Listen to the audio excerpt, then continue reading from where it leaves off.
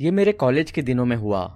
मैं एक्सट्रोवर्ट इंसान हूँ तो मुझे नए लोगों से मिलना और दोस्त बनाना अच्छा लगता है। फर्स्ट सेमेस्टर में मैंने कुछ अच्छे दोस्त बना लिए थे और हम लोग साथ घूमते फिरते थे। हमारे ग्रुप में एक लड़का था, स्टीवन। स्टूडेंट्स थे तो हम लोग मोस्टली पेइंग गेस्ट की तरह या हॉस्टल्स में रहते थे। सिर्फ स्टीवन का शहर के बाहरी इलाके में अपना घर था। हम लोग सब जवान थे और हमेशा कुछ रोमांचक करने का सोचते रहते। स्टीवन का घर हमारी वीकेंड पार्टीज की जगह और एक पॉपुलर हैंगआउट बन चुका था। हम पार्टीज में बहुत ज्यादा पीने के बाद मोस्टली रातें उसके घर पर ही स्पेंड करते थे। उस घर में 4 बेडरूम्स थे, 2 ऊपर के फ्लोर पे और 2 नीचे। स्टीवन का कमरा पूरे घर में सबसे बड़ा था। वैसे तो पूरा घर बहुत स्पेशियस था, पर स्टीवन के कमरे में मुझे घुटन होती थी। शायद इसलिए क्योंकि उसके कमरे में ही सब ड्रिंक करते थे। स्टीवन कभी अपना घर साफ नहीं करता था तो उसके घर की हवा में एक अजीब सी स्मेल भी रहती थी। स्टीवन को मिला के हमारा 5 लोगों का ग्रुप था। मॉली और मैं ग्रुप में लड़कियां थी और फिर रॉबर्ट और डेविड भी था। मॉली और डेविड उस टाइम डेट कर रहे थे, इसलिए वो हमेशा अपने में ही बिजी रहते थे। इसकी वजह से मैं स्टीवन और रॉबर्ट के साथ रह जाती थी। स्टीवन एक खुशमिजाज लड़का था, शायद इसीलिए हमने सोचा नहीं था कि कभी ऐसा भी होगा। स्टीवन का बचपन परेशानी भरा था। उसके पापा अल्कोहलिक थे। उसकी मॉम ने उसके पापा को डिवोर्स दे दिया जब स्टीवन हाई स्कूल में था। तब से स्टीवन ने अपने पापा को नहीं देखा। उसने अपने मम्मी से सुना कि उसके पापा की लीवर फेलियर की वजह से पिछले साल हॉस्पिटल में डेथ हो गई थी। ये घर कभी स्टीवन के पापा का हुआ करता था, जो उनकी डेथ के बाद उसकी मॉम को मिल गया। स्टीवन ज्यादा अपने पापा के बारे में बात नहीं करता था, पर जब भी करता था हमें उसके चेहरे पर एक उदासी सी दिखती थी। मुझे अजीब ये लगता था कि इस घर में स्टीवन के पापा रहा करते थे, फिर भी पूरे घर में उनकी एक भी फोटो नहीं थी। हम में से किसी ने भी उसके अतीत के बारे में जानने का नहीं ट्राई किया, क्योंकि ये उसके लाइफ में कुछ ज्यादा घुसने जैसा होता। हर सैटरडे हम वीकेंड बिताने उसके घर जाया करते थे। जैसे जैसे टाइम कटता गया हमें स्टीवन में अजीब सा बदलाव दिखना शुरू हो गया। उसे घर की खिड़कियां खोलना अच्छा नहीं लगता था। उसके कमरे में एक कॉर्नर टेबल था जिस पे एक बाइबल और जीसस क्राइस्ट का स्टैचू रखा हुआ था। वो उसकी मम्मी ने रखा था, क्योंकि स्टीवन ने बताया था कि वो बहुत रिलीजियस है, बट कभी भी स्टीवन को उन चीजों को छूते नहीं देखा। एक दिन मॉली उस टेबल की कैंडल जलाने गई। स्टीवन एकदम अनकंफर्टेबल हो गया। उसने ऐसा करने के लिए मॉली को मना किया और कहा, इन सब चीजों को रहने दो मॉली, एनीवे मम्मी अगले महीने आके ये सब अपने साथ ले जाएंगी। तो हमने इस बात को जाने दिया। जितना हम उसके घर पर रह रहे थे उतना हमें रियलाइज होने लगा कि कुछ तो गड़बड़ है हमारे फ्रेंड और उसके घर में। हम सबको बुरे सपने आने लगे और घर में अजीब सी ठंड भी महसूस होने लगी, गर्मियों में भी। एक वीकेंड मैं स्टीवन के घर में अकेली थी। मॉली और डेविड रास्ते में थे। स्टीवन और रॉबर्ट सबके लिए बाहर से खाना और शराब लेने गए थे। मैंने घर में अकेला रहने का डिसाइड किया, इन केस मॉली और डेविड जल्दी आ जाए। मैंने शॉवर लिया और ऊपर जाने लगी अपना पैजामा पहनने के लिए। बाथरूम नीचे था और मुझे सीढ़ियाँ लेने के लिए स्टीवन का कमरा क्रॉस करना था। जैसे ही मैं कमरे के सामने आई मेरा मुंह खुला का खुला रह गया। मैंने देखा एक गंजा आदमी अपने पीठ मेरी तरफ किए स्टीवन के बेड पर बैठा था। उसने कोई कपड़े नहीं पहने थे क्योंकि मुझे उसकी नंगी पीठ दिख रही थी। एक्सक्यूज मी, कौन हो तुम अंदर कैसे आए? उस आदमी ने कुछ नहीं कहा। वो पीछे भी नहीं मुड़ा। मैं मेन डोर की तरफ जाने लगी क्योंकि मुझे मेरे फ्रेंड के घर एक अजनबी को देख के वैसे भी बहुत डर लग रहा था। उस आदमी ने फिर अजीब तरीके से अपना सर हिलाना शुरू कर दिया। वो पीछे नहीं मुड़ रहा था, बस जोर से अपना सर हिला रहा था। मैं इस डरावने दृश्य को देख के जोर से चिल्लाने लगी और अपने बाथरूम में ही बाहर पोर्च में आ गई। ड्राइवे में एक कार रुकी और मैंने रॉबर्ट को अपनी ओर आते देखा। क्या हुआ पैमिला? अंदर एक आदमी है वो। मैं अपनी बात पूरी नहीं खत्म कर पाई क्योंकि मैं अभी भी हाफ रही थी। रॉबर्ट अंदर भागा और हर जगह अच्छे से देखा। उसने सब दरवाजे और खिड़कियां भी चेक की। घर में कोई नहीं है। पैम, पक्का तुमने किसी को देखा था? मैं अंदर आई जबकि मेरा दिल अभी भी किसी जंगली घोड़े की तरह धड़क रहा था। मैंने स्टीवन के कमरे में झांका पर वहां कोई नहीं था। वो आदमी जा चुका था। ऐसा लगा जैसे वो हवा में ही कहीं गायब हो गया। क्या हुआ? क्या हो रहा है? स्टीवन ने बैग रखी और पूछा। रॉबर्ट हंसा और बोला, पैम डर गई। उसे अकेले रहने की आदत नहीं है शायद। हमारी छोटी सी पैमेला। हा।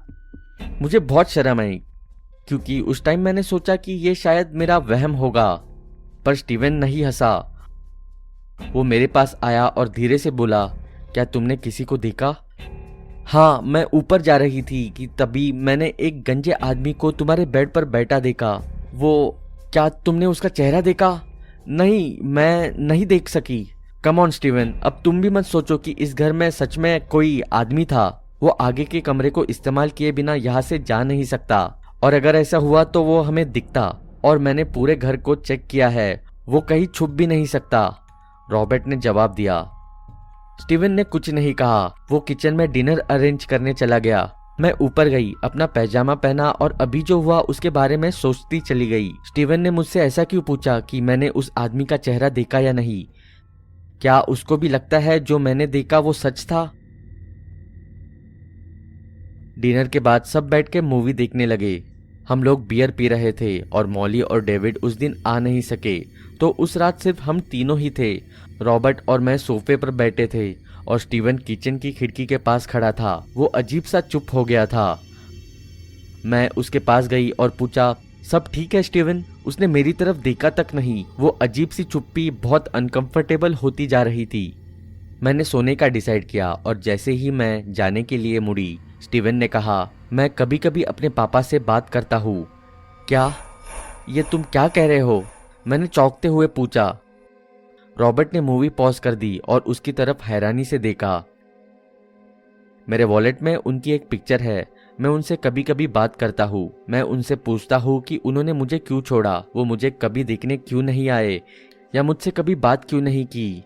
हे, मैं मानता हूँ कि तुम इस बात को लेकर दुखी हो, पर तुम्हें अपनी मम्मी से कभी इस बारे में बात करनी चाहिए। मैं स्टीवन की बात सुन के बहुत डर गई। किसी मरे हुए इंसान की पिक्चर से बातें करना बहुत अजीब सी बात है। मैंने टूटी सी आवाज में कहा, स्टीवन, किसी मरे हुए इंसान की पिक्चर से बातें करना कोई नॉर्मल बात नहीं है। तुम्हें ये सब बंद कर देना चाहिए। मेरा मतलब। पर उसने मुझे जवाब दिया, मैं उन्हें इस घर में महसूस करता हूँ। जब मैं सोता हूँ तो वो मुझसे मिलने आते हैं। मेरे गले के पीछे के रोंगटे खड़े हो गए। रॉबर्ट और मैं स्टीवन का चेहरा देखते रहे। वो बहुत अजीब तरह से स्माइल कर रहा था। हम कह सकते थे कि उसकी दिमागी हालत स्टेबल नहीं थी। उसे मेडिकल हेल्प की जरूरत थी।